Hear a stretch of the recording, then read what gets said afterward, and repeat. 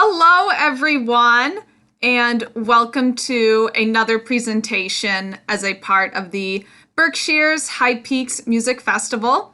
My name is Carolyn Regula, and I will be your host today. All of our sessions are being recorded and will be live streamed on YouTube as well. And you can watch all of those even after this Zoom session is done. So those are going to all be archived, and that's on the Close Encounters with Music YouTube channel. Please consider supporting Close Encounters with Music and our ongoing festival.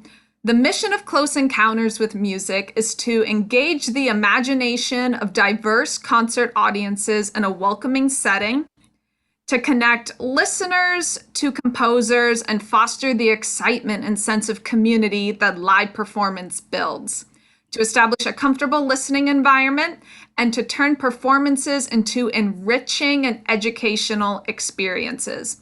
I will be including a donation link in the chat window below. You can use the chat window to talk amongst yourselves during the presentation, and you will also see a Q&A window at the bottom of your screen. So use the Q&A feature to directly submit questions to our presenter today, and I will communicate them. So I am so delighted to introduce you all to Tamar Muskal. She is a composer, and she has received grants and awards from institutions such as ASCAP, Meet the Composer, the Jerome Foundation, American Music Center, and the Norfolk Chamber Music Festival.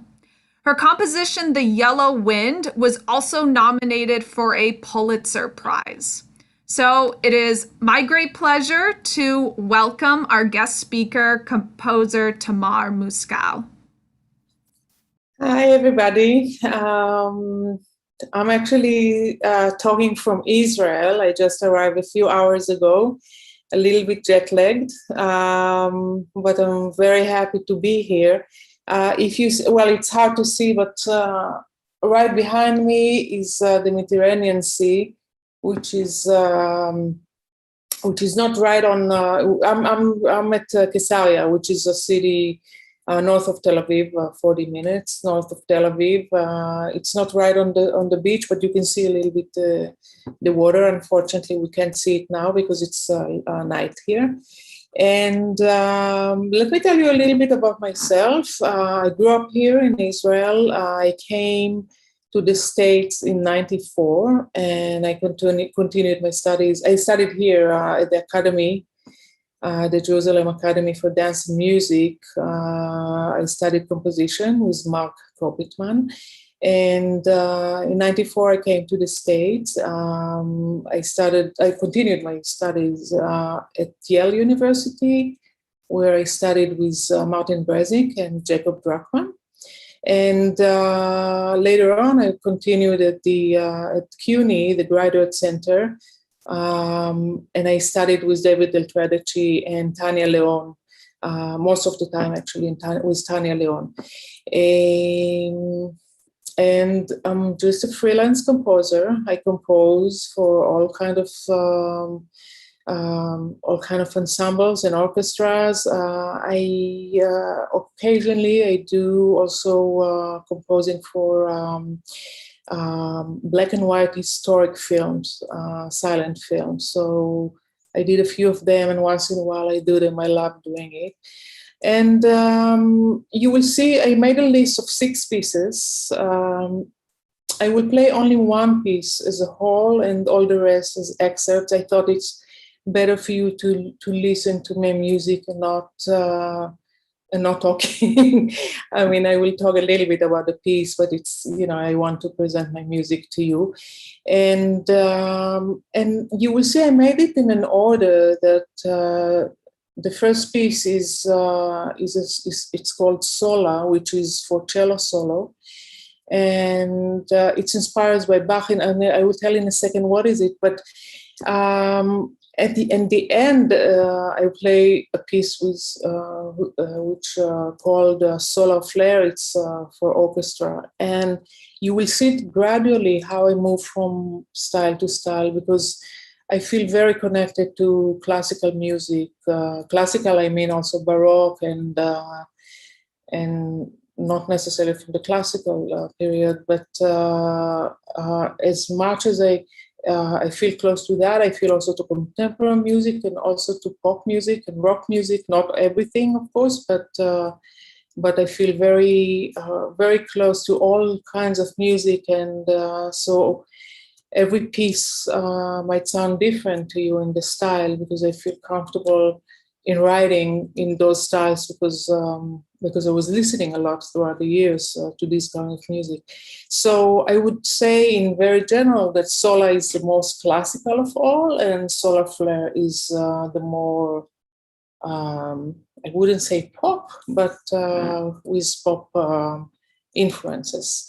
So Sola is a piece for, as I said, for cello solo. It was commissioned by a cellist named Yotam Baruch, wonderful Israeli cellist who is based in Germany. And when he commissioned that, he asked me if I can write a piece that is inspired by Bach or Brahms, because that was it was in a concert. The premiere was in a concert that. The pieces were Bach and Brahms, and I asked him what pieces exactly, and one of the pieces he said it's a sonata for viola da gamba, and I listened to the piece, and it was I felt a very deep connection to it. It's not only a matter of I like it, but I felt comfortable when I heard it. So I said, okay, I'll do something with that. And so you will hear the beginning of the piece is exactly the beginning of Bach sonata. Later on, I take it to some other, of course, areas, but I think it will be very easy for you to hear the connection to Bach. So this is Sola for cello solo.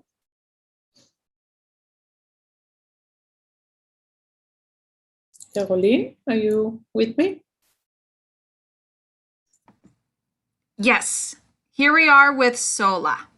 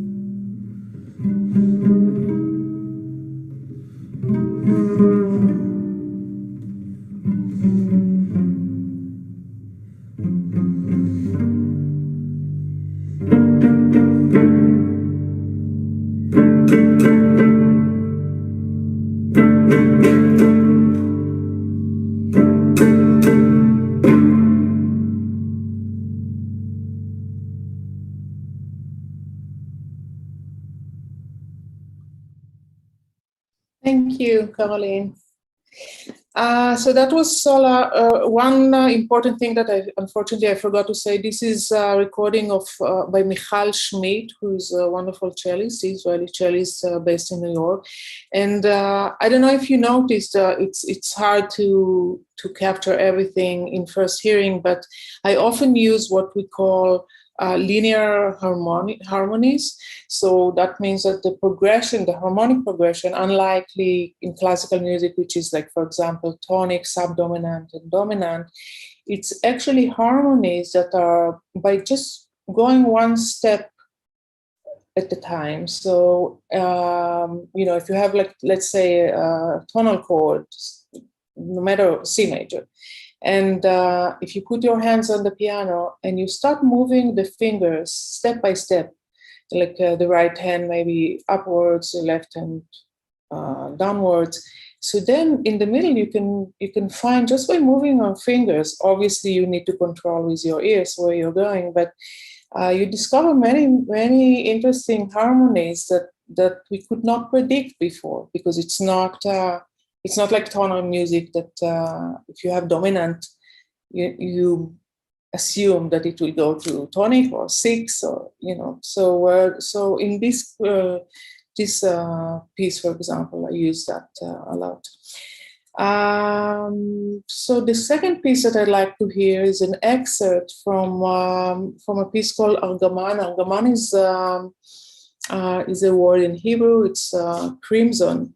And this is one of the very few pieces that I had the title long before I wrote the piece. I have, at least maybe for the next time that I'll see you in the next piece, I'll show you. I have a list of many, many, many titles that I like, that I think of, all kind of associations that I have.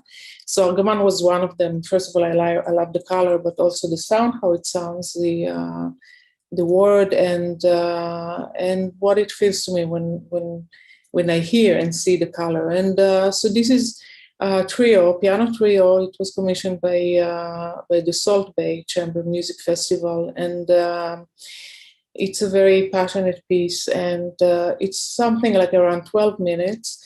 There are two inside the piece. There are two big, I say, relatively long solo for piano.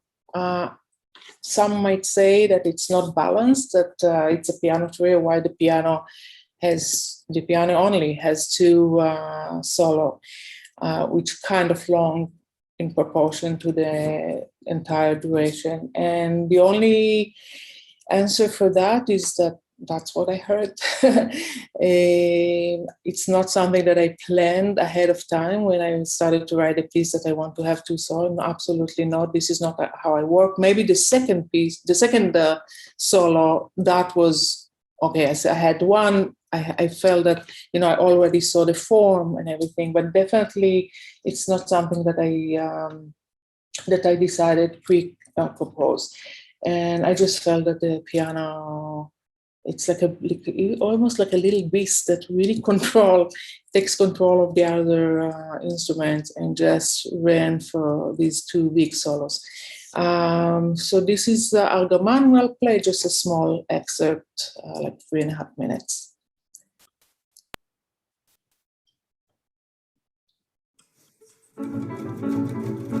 Oops, this is the Argaman. Caroline? Yes. That was Solar Flare. That wasn't Argaman. Oh, okay. Let me try refreshing this tab. Hold on a second.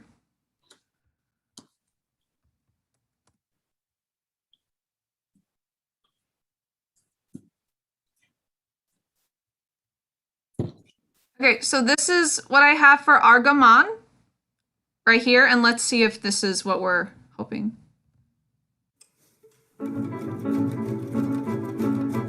No.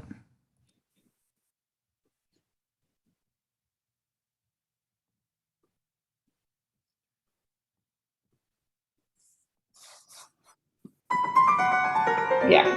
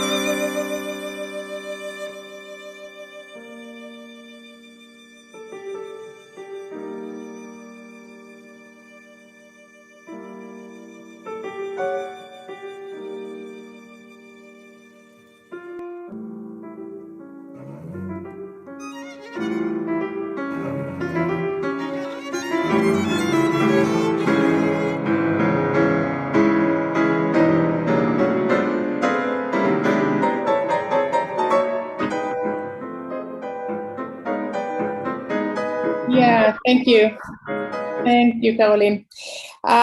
So you can hear actually the beginning of this solo piano that I was mentioning. That goes on for like something like 3 minutes. That's the first solo in the piece. The next thing that I'd like to play is an excerpt from Falling Leaves. Falling Leaves, it's a name of a film by director Alice Guy Blaché from 1912, and she was a French director, very feminist, and imagine that this is from 1912, very courageous. A lot of her films about this topic, and like another film that I scored by her is about the woman that kicked out her husband because he gambles too much. So that was very, very courageous for that time. And she considered as actually the first woman director in the film history. And so this is Falling Leaves. It's as I said, black and white, silent film. It was commissioned by the Whitney Museum and for piano, also for piano trio. The film is like around 14 minutes. So we'll play just a few minutes of it. Falling Leaves.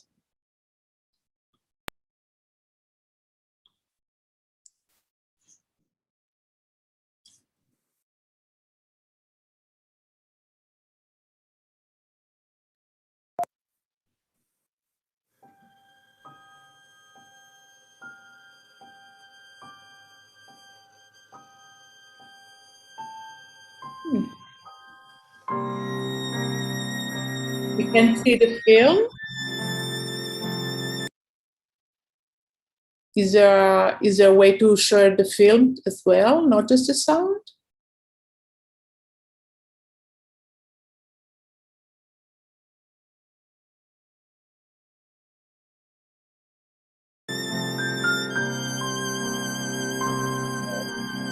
I think it's coming.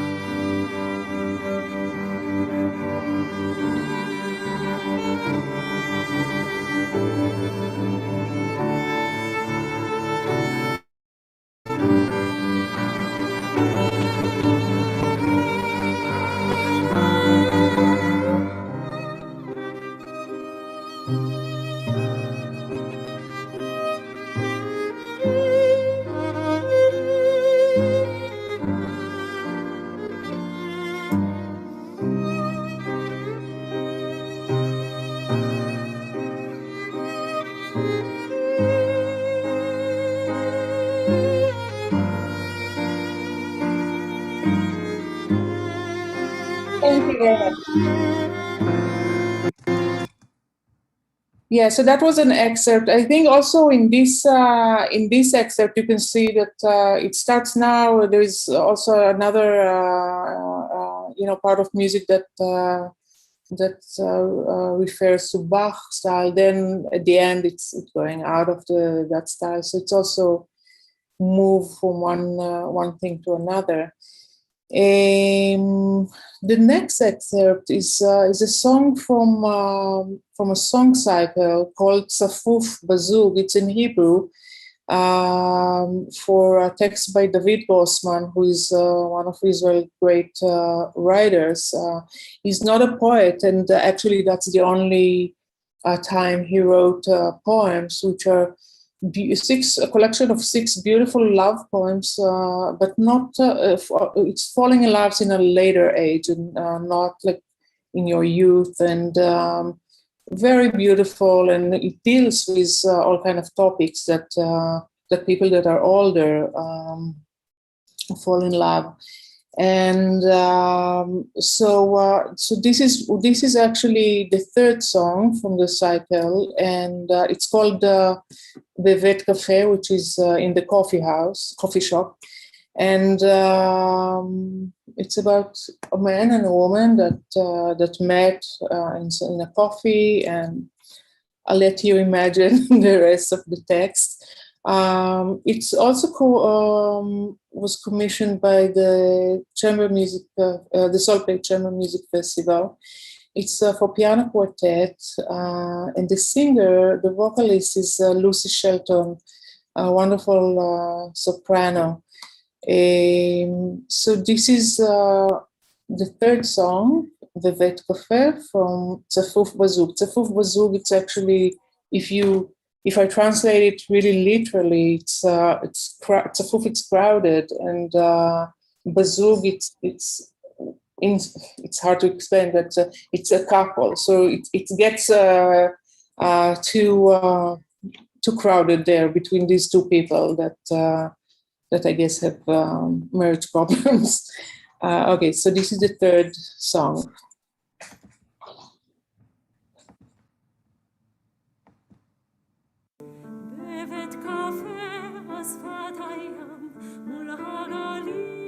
ביום יפה איש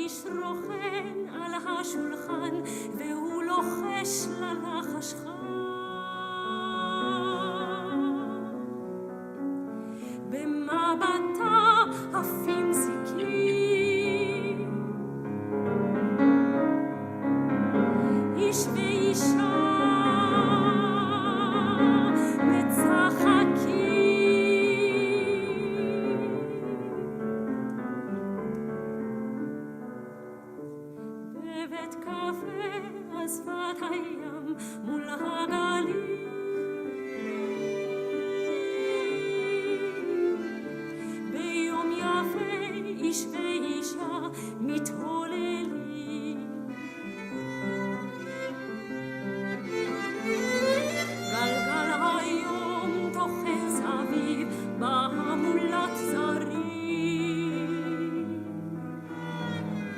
המון אדם ביום אביב בא בין המיצרים.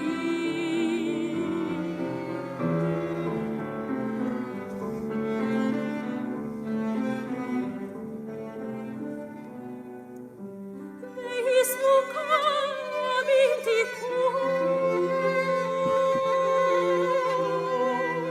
ובעיניו יש להבות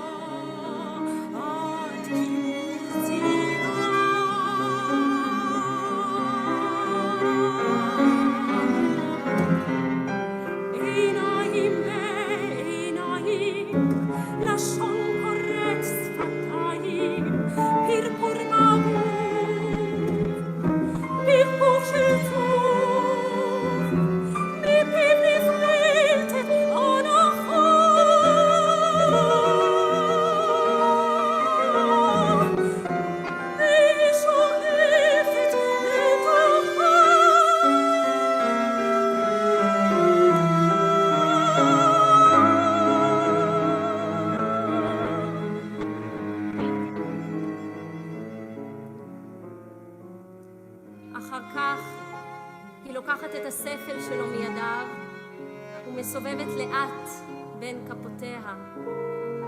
היא מניחה את שפתיה בדיוק על המקום שבו נגעו שפתיו.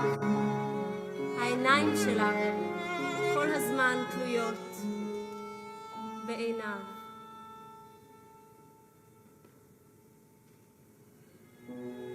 גלגל היום הפתיק סבב סביבם אדיש. חוץ מזר פרחים סינתטיים לא ראה זאת איש. בבית קפה על שפת הים האביבי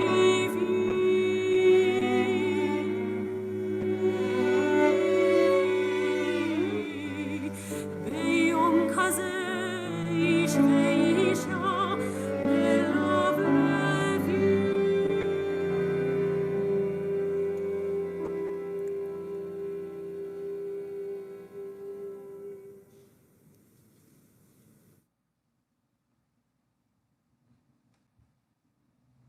Thank you. Just a small correction.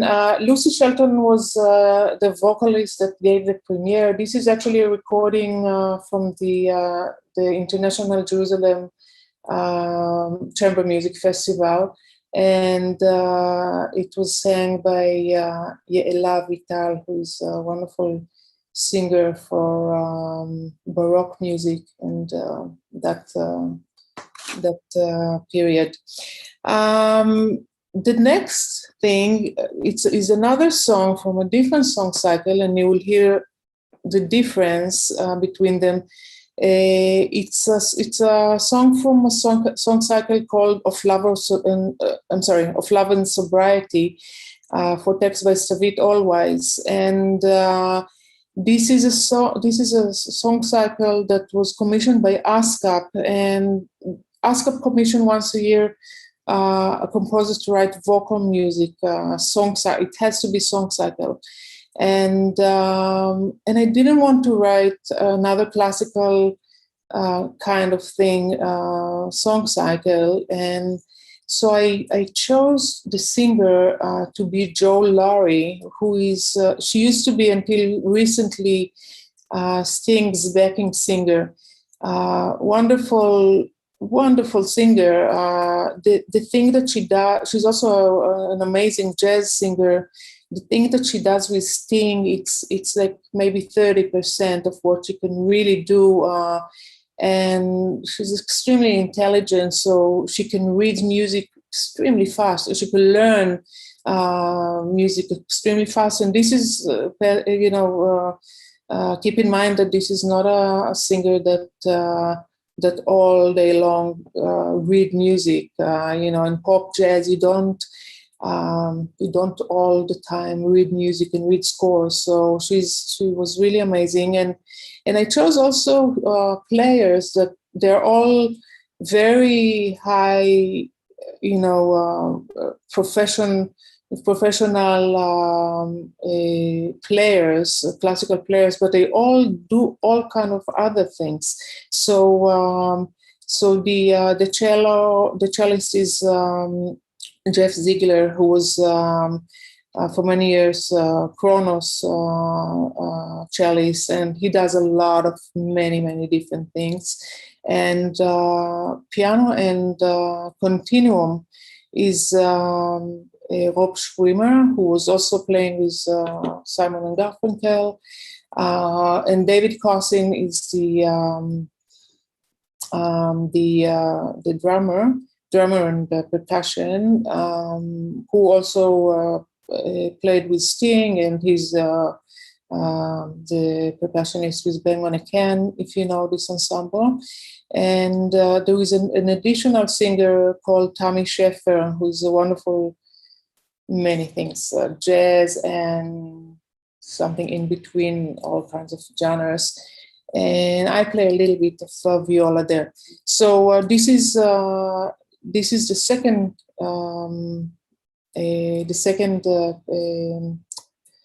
song from that song cycle, of love and sobriety.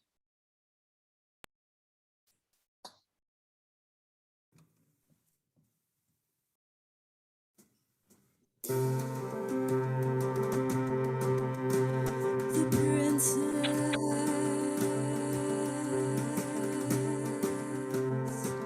knew too much.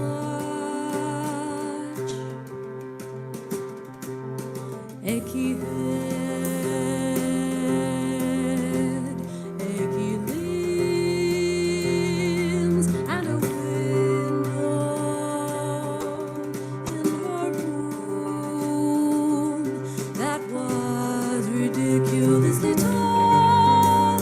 It was a static morning.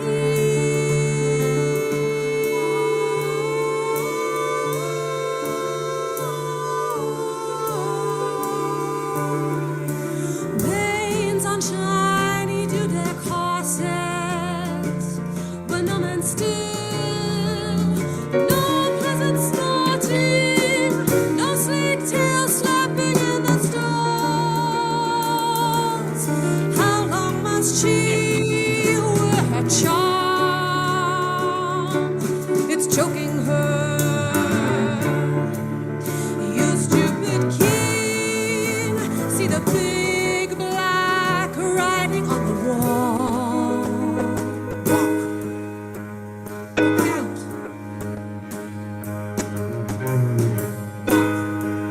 Walk out. And away. Walk out. Walk out. And away in straight lines.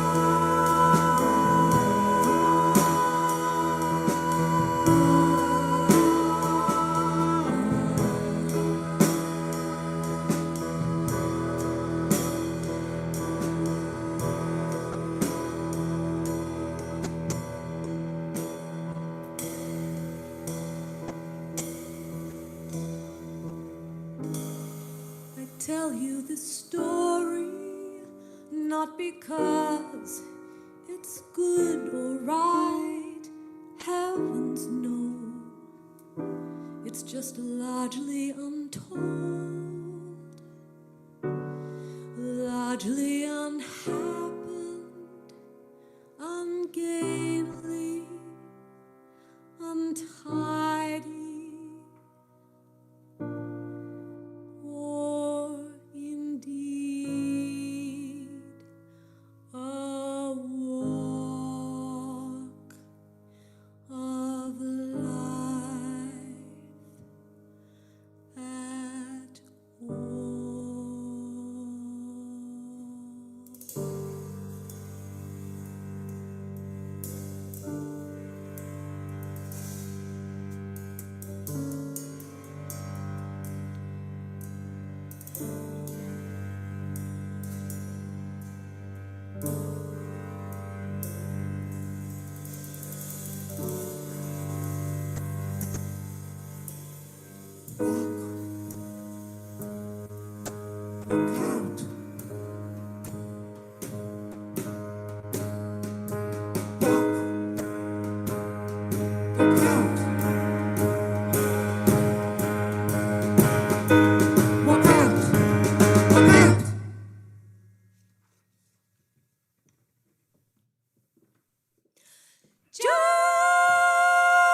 Yeah, thank you.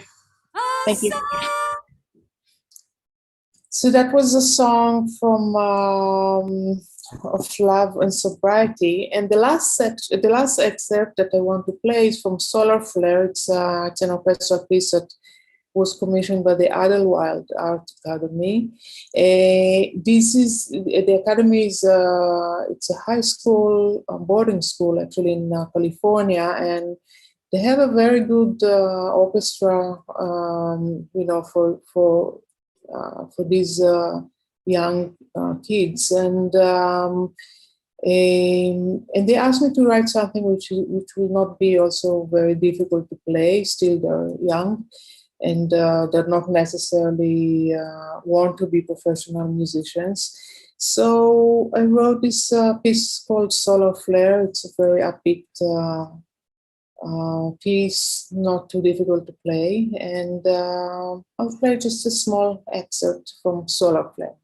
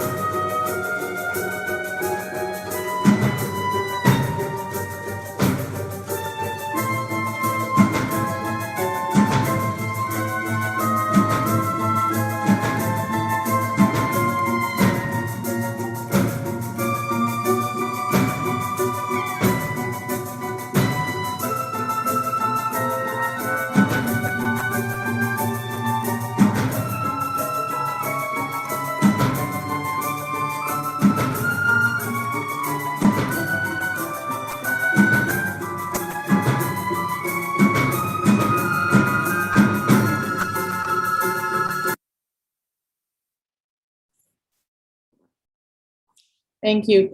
Yeah, so that was an excerpt from Solar Flare for orchestra. I'll be happy to answer any question. I think that you heard a few different pieces, different styles, and I'll be happy to answer any question if you have. Excellent. Thank you so much, Tamar. While I give our audience a few minutes to type in the chat, I actually have a question. Sure. I loved your excerpt with the silent film, and I was wondering what it was like, if it influenced your choices at all, having this piece of art, this film that was already made, and knowing it was from a time way, way long ago, composed when different music was popular, this film was made, or if you decided to kind of stay true to your own instinct on what the film needed. Well, it was part of a project with the Whitney Museum. They had exhibition about this director, Alice Guy Blaché, and they commissioned 4 different women composers. Each of us had 2 films to score. And the other three, it's a good question. And the other 3 composers actually stayed loyal to the kind of style of music that they usually write. First of all, I don't have one style, so it's not that I can say, I kept the style. But also, often when I write music for films, it's never too atonal, and I go back to the old way, just harmonies, and I feel so comfortable to. I don't know. I don't want to say describe, but to underscore something which has a very clear story and message. I don't feel that I don't want to confuse the audience. I feel very simple thing that I just come here to support whatever the story is, and I don't want to do it with something that is not clear. So I remember there was also a very nice review on the New York Times at the time, and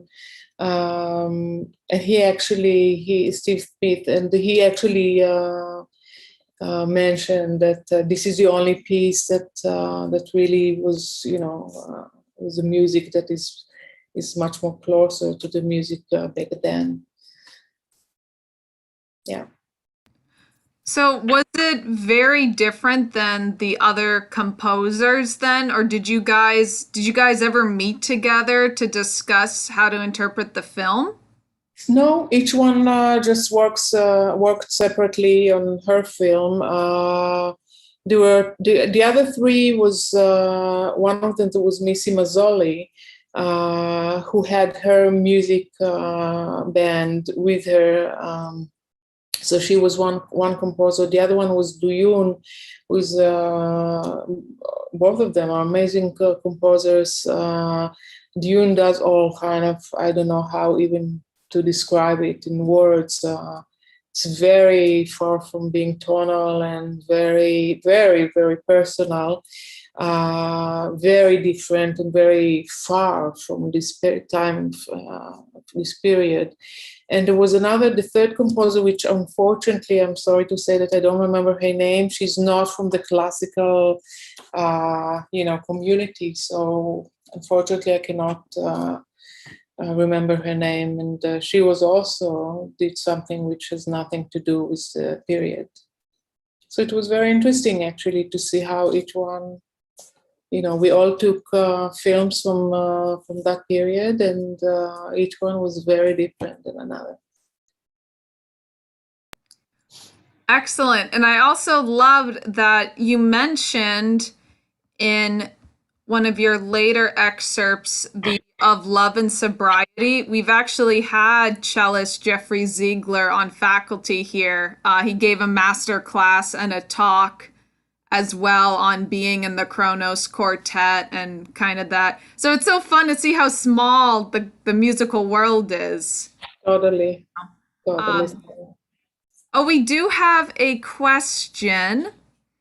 Um, Tamar, you have a most beautiful piece for solo cello. How influenced were you by Bach's suites in writing it? And I believe this is coming from this either Mr. Hanani or Hannah Hanani. One of the Hananis is you saying hello. Yeah. I know you mentioned the sonata, the viola da gamba sonata, but also the suites. Were you ever for? I believe this is Sola. Right. Well, I did my bachelor in Israel in the Jerusalem Academy, and over there they teach a little different than here in the U.S. And so for 4 years, which is the bachelor, we wrote. All the composers had to write tons of pieces in Bach style. So all the studies of counterpoint was very, very extremely deep. So we wrote inventions in 2 voices, 3 voices, then fugues, 2 voices, 3 voices. We wrote a cantata. I mean, it's 4 years that we wrote many, many things. So even now I'm thinking about, we wrote a fugue, which is the first theme is on the tonic, and the second theme is on the 7th, which is like really, really difficult. I mean, I don't think I would be able to write it today. It's like almost like a math, challenge, because the C major, if we're in C major, and the B major are very, very different scales. So it's very difficult to put them together. So we did a lot of that. And I don't know how today they teach in the academy. It changed since I was there. So Bach style was really in my DNA. To the counterpoint writing and this kind of style. There was another piece that I wrote. They are very similar in many things, which is for violin and piano, which is also like a conversation with Bach, and you can see that there also the same conversation with the counterpoint and writing for over there it's a piano. It's actually almost like a violin solo. The piano is a little bit here and there, but to write a piece which has counterpoint, but on a piece that it's like on a solo instrument, which is not piano, which is for all strings player. They know how difficult it is, because you have one bow, and that should play different voices. So it's not easy. It's easy to write, but not easy to play. So Sola, as I said, it was inspired by this sonata for viola da gamba, and the rest is my, who knows where it came from. We had somebody writing a question. They just need a couple minutes on it.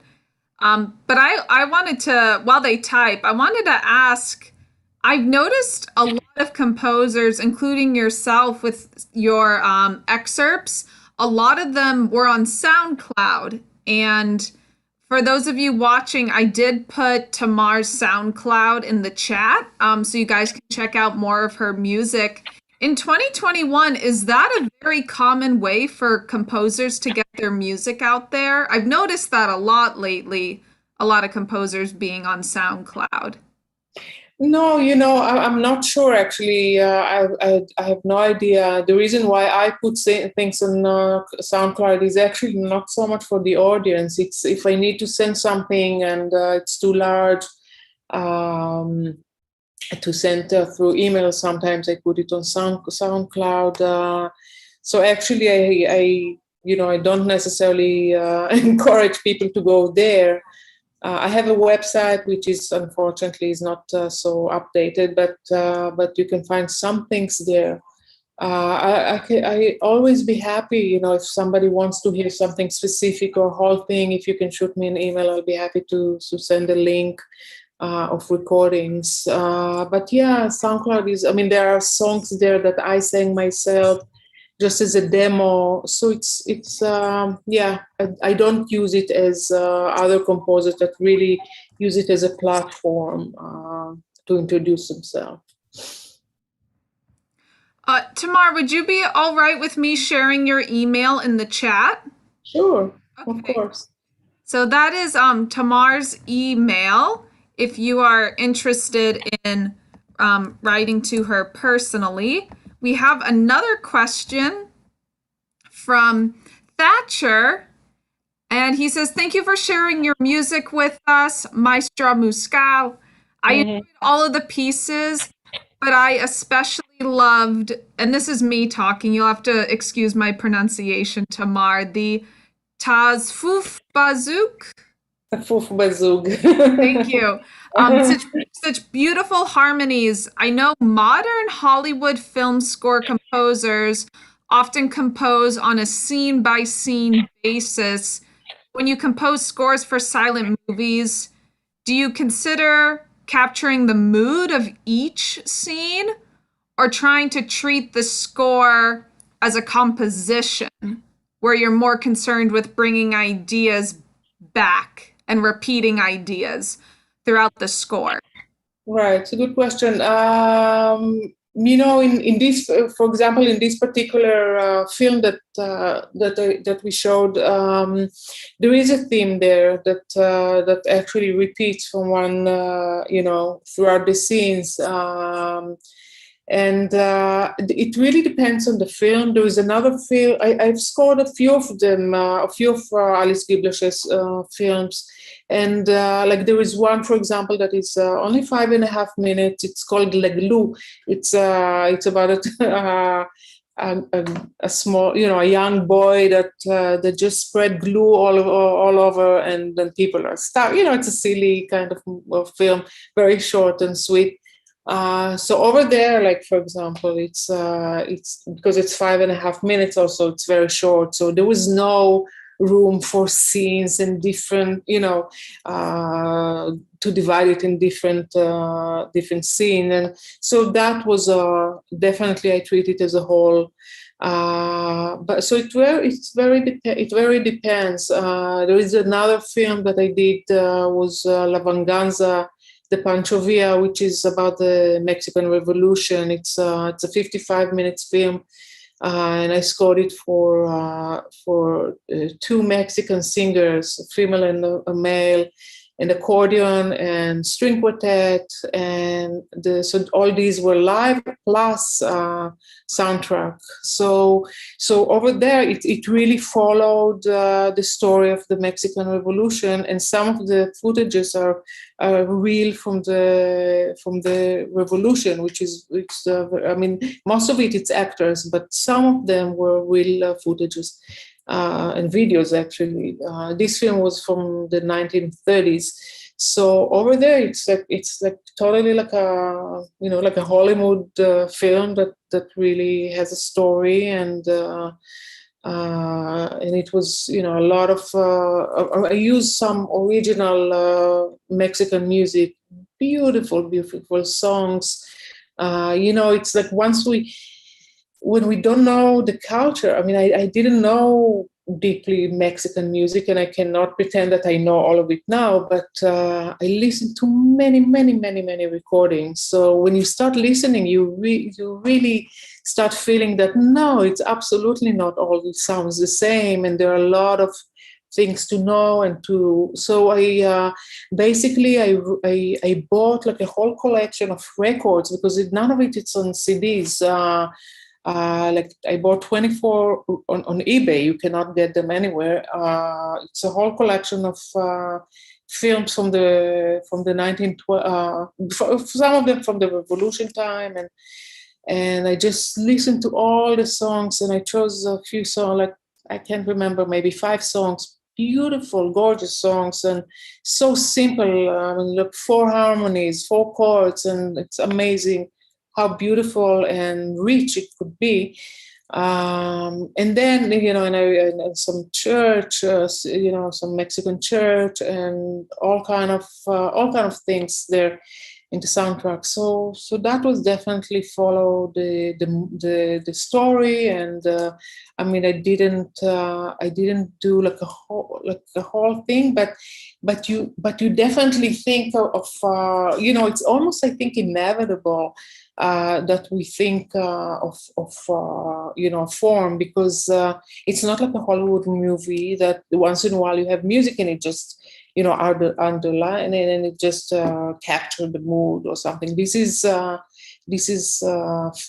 silent film. The music is there, so the film is 55 minutes and the music is 55 minutes. So it's obviously very important for us to create something that that has some direction, and if you want, climax and ending. And so this is definitely that's the thing that you take into consideration in that film. For example, the ending is and that's the end of the film, that Panchovia, which is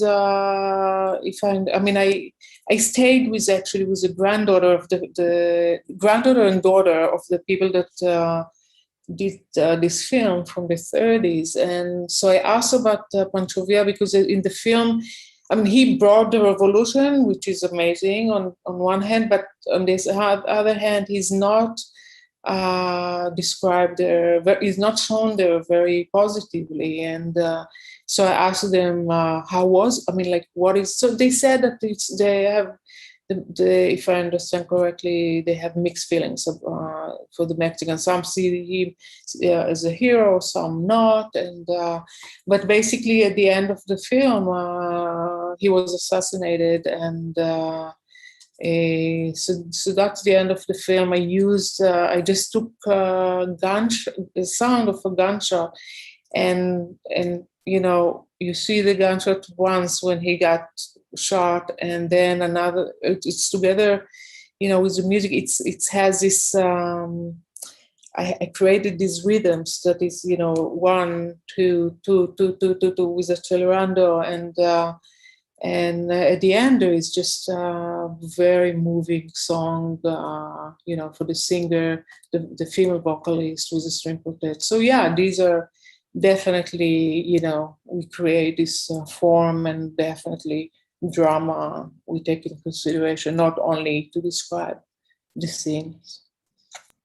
Yeah. Wow, that's so powerful to take a sound effect at such a pivotal point in the film and thinking, how can I incorporate this into the composition? As you said, with the gunshot. Yeah. Yeah, it was the only sound effect that I use. I mean, oh wow. Yeah, all of it. It just whether original songs from the 1912 and not 12. I'm sorry, 19. Well, the Mexican Revolution was from 1910 to 1920, for 10 years. So the songs are around this period, and the rest was original music. Yeah. So I'm curious, as a composer who has written in so many different styles and for so many different mediums, do you have a favorite? Composer? No, a favorite medium to write for, or a favorite type of project to compose for. No, actually, I don't have the favorite. I really like do different things. This is, for me to make my life interesting. I'm trying to take each project. It's if it's a commission, a commission. If it's something that I have in mind, which I want to do, like for example, this the last piece that I just finished. That is gonna premiere in August. This August, in August 19, is. Percussion concerto for percussion. Steve Schick, who's an amazing percussionist, and interactive art. It's like an interactive digital kinetic sculpture that has all this sound also, and ensemble. So this is something that if I think in some ways was the most difficult piece that I wrote so far. And not that I didn't write complex music before, but to do something with visual art, interactive sculpture. There are so many new areas that I never touched before, and I believe that nobody touched it before. So it's all like really inventing something from scratch. Which was, as I said to my friend one day, she said, "How this piece going?" And I said, like, it's a climbing the Everest every day to start from the beginning. It was so many new things, like the programming of the art and so many new things. So it was very challenging. I won't say difficult, challenging, and but and I said, wow, I'll be happy so much when it will be done. I mean that when I finish writing it, because it's really a long labor. But this is, I guess, what I like to do, just to find new ways to expression, and hopefully the next piece will be solo violin. So after this piece, everything is really easy. From all the instruments and all the art to just one. Next. Exactly.